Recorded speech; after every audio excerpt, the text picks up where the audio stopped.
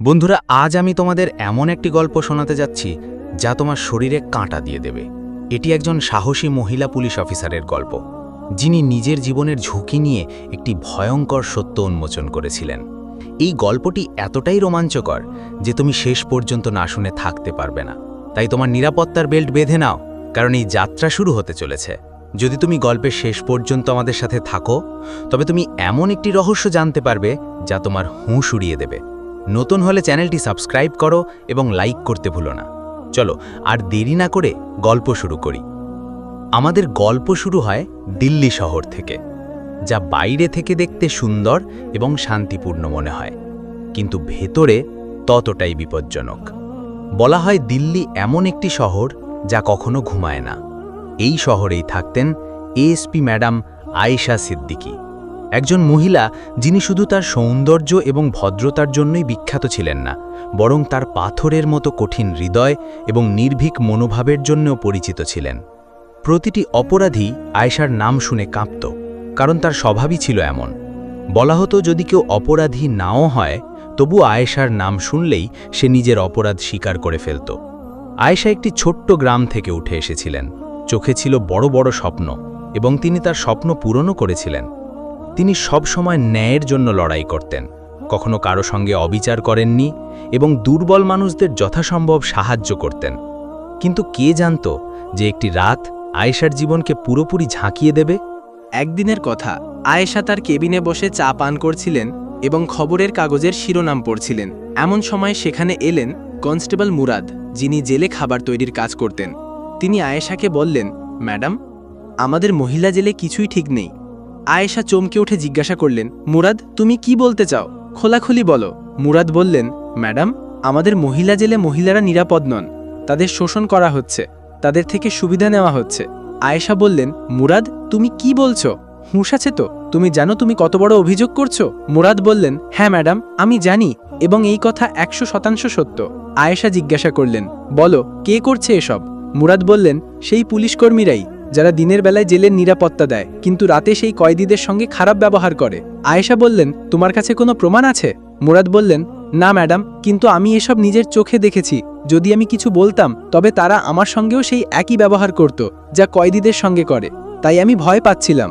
এটা শুনে আয়েশা রেগে আগুন হয়ে গেলেন। তিনি কোনো মহিলার সঙ্গে অত্যাচার সহ্য করতে পারতেন না। তিনি মুরাদকে বললেন, তোমাকে অনেক ধন্যবাদ যে তুমি আমাকে এই খবর দিয়েছ, কিন্তু বলো, যখন আমি গত সপ্তাহে জেলে গিয়েছিলাম, তখন কোনো কয়েদি আমাকে এই কথা কেন বলেনি? মুরাদ বললেন, ম্যাডাম, সেখানকার পুলিশ কর্মীরা সব কয়েদিকে হুমকি দেয় যে যদি আমাদের বিরুদ্ধে কথা বলো তবে তোমার খবর আছে।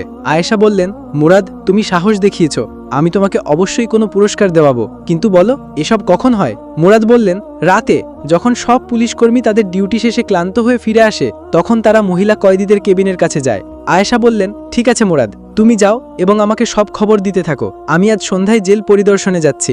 আয়েশার মাথায় শুধু এই কথাটাই ঘুরছিল যে কেন শুধু মহিলাদের সঙ্গেই এমন হয়, কেন প্রতিবার মহিলাদেরই মাথা নত করতে হয়। বলা হয় একজন মহিলার জীবন খুবই কঠিন। যদি কোনো মহিলা ভুল করে, তবে পুরো সমাজ তার বিরুদ্ধে দাঁড়িয়ে যায়। কিন্তু তিনিও তো একজন মানুষ, তারও হয়তো কারোর সাহায্যের প্রয়োজন হয়। আয়েশা এই মহিলাদের ব্যথা বুঝতেন, তাই তিনি সবসময় জেলে গিয়ে কয়েদিদের সঙ্গে দেখা করতেন। সেই দিন সন্ধ্যায় আয়েশা জেল পরিদর্শনে গেলেন। বাইরে থেকে সবকিছু ঠিকঠাক মনে হচ্ছিল, কিন্তু রাতের অন্ধকারে জেলের ভিতরে কি হচ্ছিল এটা শুধু সেখানকার মহিলা কয়েদিরাই জানত। আয়েশা সবাইকে জিজ্ঞাসা করলেন, কিন্তু কোনো কয়েদি সাহস করে কিছু বলতে পারছিল না। আয়েশা বুঝে গেলেন যে তারা এভাবে মুখ খুলবে না।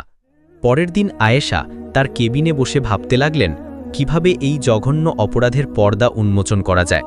তখন তিনি একটি বিপজ্জনক সিদ্ধান্ত নিলেন। তিনি নিজে কয়েদি সেজে জেলের ভিতরে যাবেন। 18ই মার্চের রাত ছিল। রাত তখন 2টো বাজছিল। কিছু পুলিশকর্মী ডিউটিতে ঘুমাচ্ছিল, কিছু পাহারা দিচ্ছিল, আর কিছু মহিলা কয়েদিদের সঙ্গে খারাপ ব্যবহার করছিল। আয়েশা কয়েদির পোশাক পরে জেলে প্রবেশ করলেন। তিনি জানতেন না যে তিনি জীবিত বের হতে পারবেন কিনা, কারণ বলা হয় জেল এমন একটি জায়গা যেখানে খুনও মাফ হয়ে যায়। যদি একজন কয়েদি আরেকজন কয়েদির খুন করে বা কোনো পুলিশকর্মী কয়েদিকে মেরে ফেলে, তবুও তা মাফ হয়ে যায়। আয়েশা প্রথমে সেই কেবিনে পৌঁছালেন যেখানে মহিলা কয়েদিরা বন্দী ছিল। বাইরে কিছু পুলিশকর্মী বসেছিল, কেউ কয়েদিদের দিয়ে নাচ করাচ্ছিল, কেউ পা টিপিয়ে নিচ্ছিল, আর কেউ খারাপ ব্যবহার করছিল। এসব দেখে আয়েশার পায়ের তলার মাটি সরে গেল। তিনি তার গোপন ক্যামেরা এবং মাইক শক্ত করে ধরলেন, কারণ তিনি জানতেন যে ন্যায়ের জন্য পাকা প্রমাণ দরকার হবে। এমন সময় একজন পুলিশকর্মী আয়েশার কাছে এসে বলল, তুমি কে? আমি তোমাকে এখানে আগে দেখি। তোমার নাম কি? আয়েশা বললেন, সাহেব, আমি আজই এসেছি। আমার নাম রাবিয়া। আমার উপর চুরির অভিযোগ আছে, কিন্তু আমি কিছুই করিনি। পুলিশকর্মী হেসে বলল, সবাই এটাই বলে, চলো আমার পা টিপে দাও। আয়েশা বললেন, সাহেব, আমি এখানে সাজা ভোগ করতে এসেছি, আপনার পা টিপতে নয়। এটা শুনে পুলিশকর্মী রেগে গিয়ে বলল, বেশি কথা বলো না, আমি যা বলছি তাই করো, নইলে এমন জায়গায় নিয়ে যাব যে তুমি বাইরে বের হতে পারবে না। এমন সময় একজন বয়স্ক মহিলা কয়েদি এসে বললেন, বেটি, ওদের কথা মেনে নাও, নইলে ওরা তোমাকে অনেক অপমান করবে। কিন্তু আয়েশা বললেন, আপনি ওদের থেকে কেন ভয় পান? মহিলা বললেন, বেটি, আমাদের ভয় থাকতে হয়, কারণ এখানে ওদেরই রাজত্ব। আয়েশা বললেন, আপনারা ওদের বিরুদ্ধে কেন কথা বলেননি? এমন সময় একজন দারোগা এসে আয়েশার হাত ধরে বলল, চলো, বেশি কথা বলছো, তোমাকে এমন জায়গায় নিয়ে যাব যেখান থেকে তুমি বেরোতে পারবে না। আয়েশা বুঝলেন, যদি এই জঘন্য অপরাধের পর্দা উন্মোচন করতে হয়, তবে এই দারোগার সঙ্গে যেতে হবে। দারোগা আয়েশাকে একটি কেবিনে নিয়ে গেল, যেখানে আর কেউ ছিল না। সেখানে বসেছিল জেলার জাহিদ খান, একজন নিষ্ঠুর এবং নির্দয় ব্যক্তি, যিনি জেলকে নিজের জায়গির মনে করতেন।